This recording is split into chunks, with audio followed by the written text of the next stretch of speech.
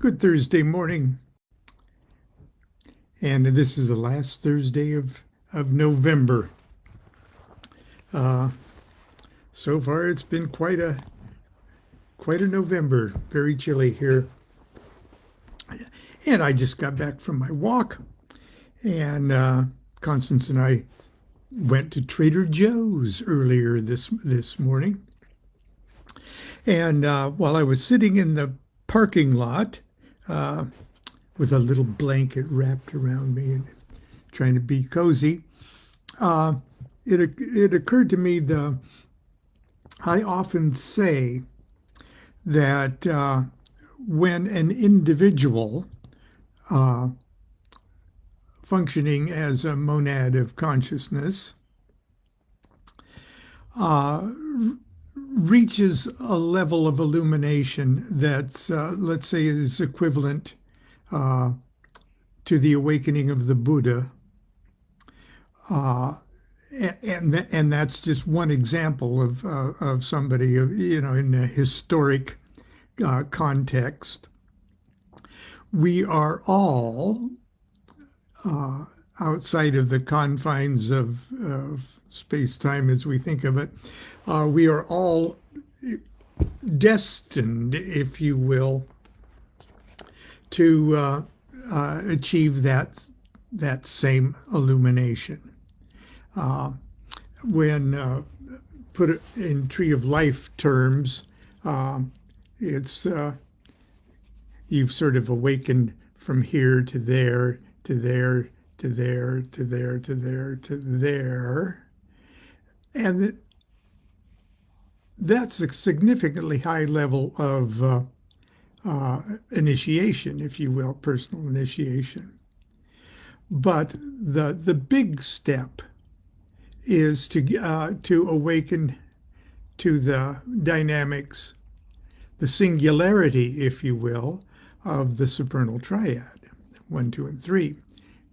And in this form of the Tree of Life, because there's many versions of the Tree of Life, but in this particular way of looking at things, there is no path, if you will. There is no conduit. There is no wiring to go from here to there. It literally has to be an awakening to the fact that all of this, in its complexity, is really only this in its simplicity. And so this is the master of the temple, the awakening, and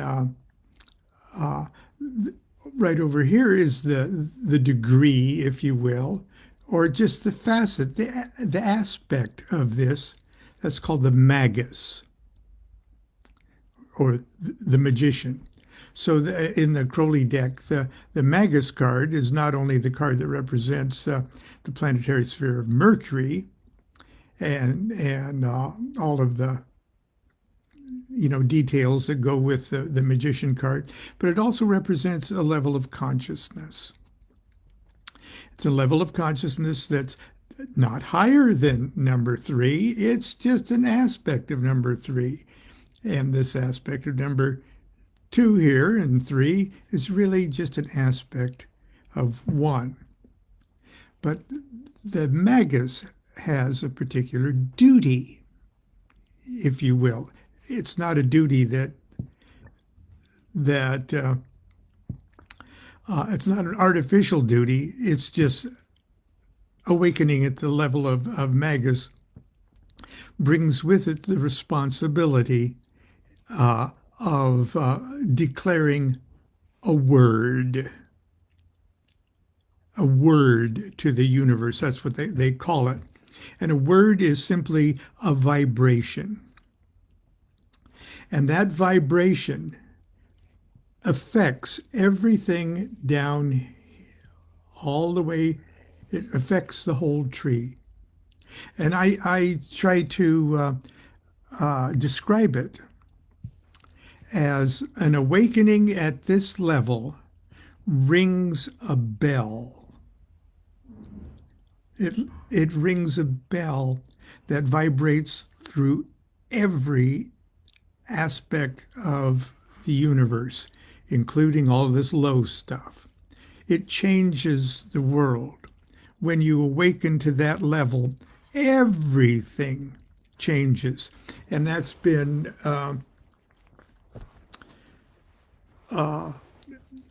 described metaphorically, allegorically, as the word that the magus declares that, in Crowley's term, changes the magical formula of everything that's beneath it. Okay, it's, you know, when you hear evangelical Christians talk about, oh, are you in the Word today? And they're thinking, well, the Word's the Bible. That's, and I can't say that isn't what it is, because what it is absolutely everything. So you can say anything is what it is, and in one way or another, it's the truth. In Magick, Part 2, Crowley's, or now Book 4, Part 2, Magick, which Crowley wrote pretty early in his career with the help of Mary Desty.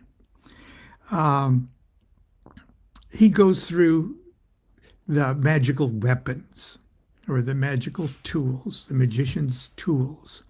And of course, there's the wand and the cup and the sword and the disc. But there's also things that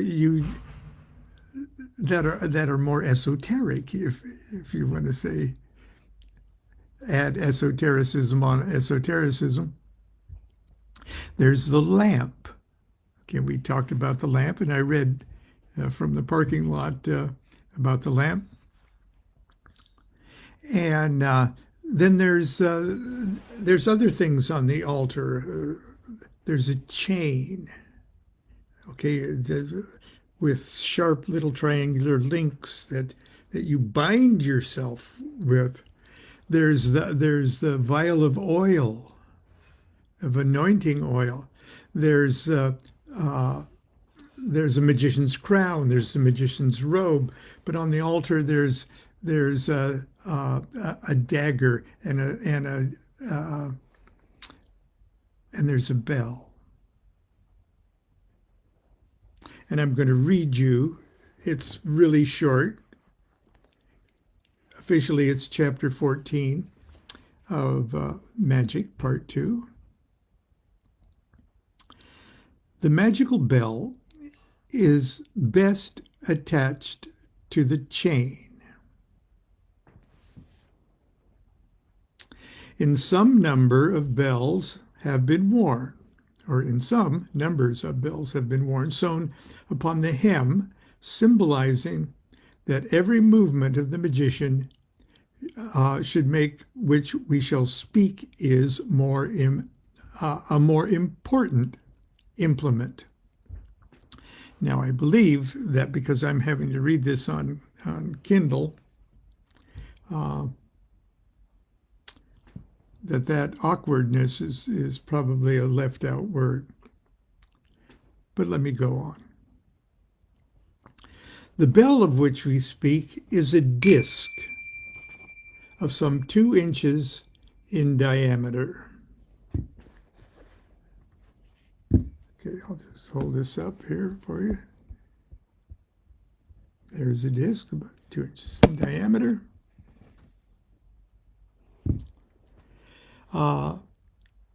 Very slightly bent into a shape not unlike that of a cymbal. Or that's pretty much what the flying saucer that I saw up in Oregon looks like, but I digress. A hole in the center permits passage of a short leather thong by which may be attached the chain. Okay, let me get my Kindle went out because I insulted it. attached to a chain. The other end of the chain is a striker. Now, I don't have this assembly set up like this, but a striker. I'll use this pen at the moment, which in Tibet is usually made of human bone. The bell itself is made of electricum magicum, an alloy of the 7 metals. Now, excuse me while I digress. The 7 metals, the material of the bell itself is made up of the 7 metals. In other words, Saturn, Jupiter, Mars, Sol, Venus, Mercury, and Luna. The bell itself is made up of the planetary spheres, including the mystical Saturn.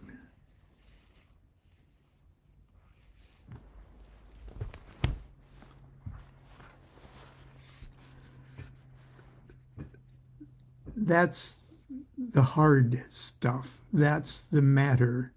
That is the meat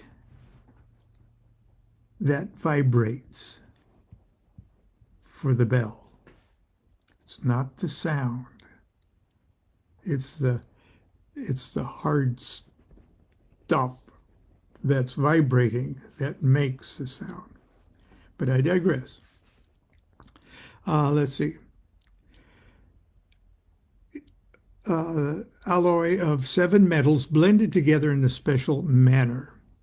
First, the gold is melted up with the silver during a favorable aspect of the sun and moon. Gold, silver.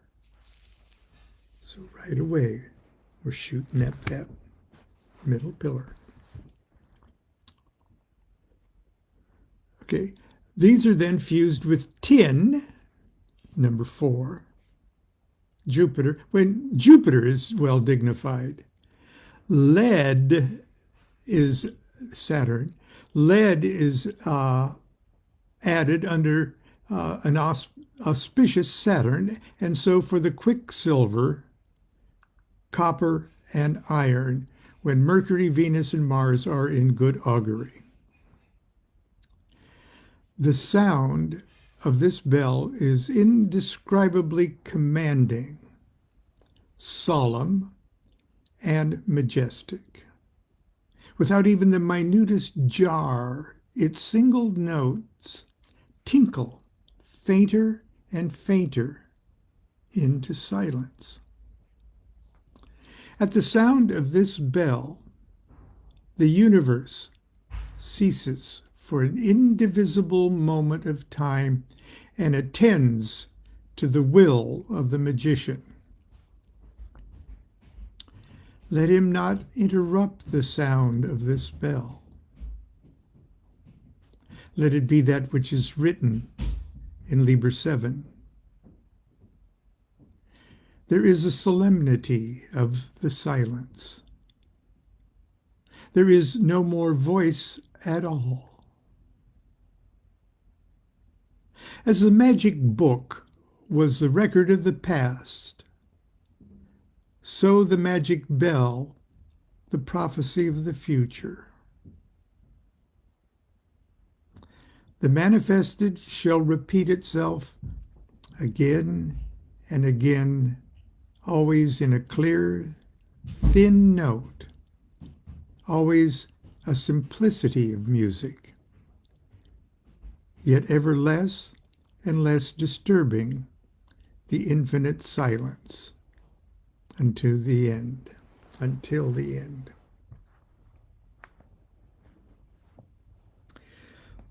Like I said at first, every monad of consciousness, not just human consciousness, every monad of consciousness, which technically is everything, every point event in the cosmos,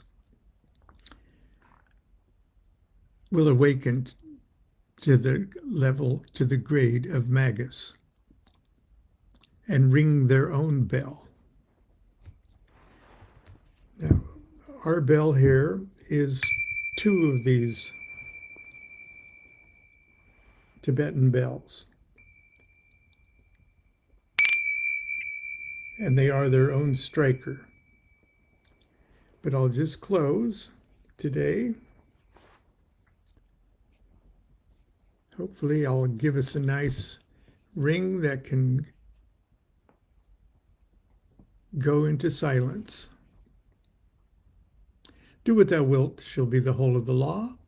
Love is the law, love under will.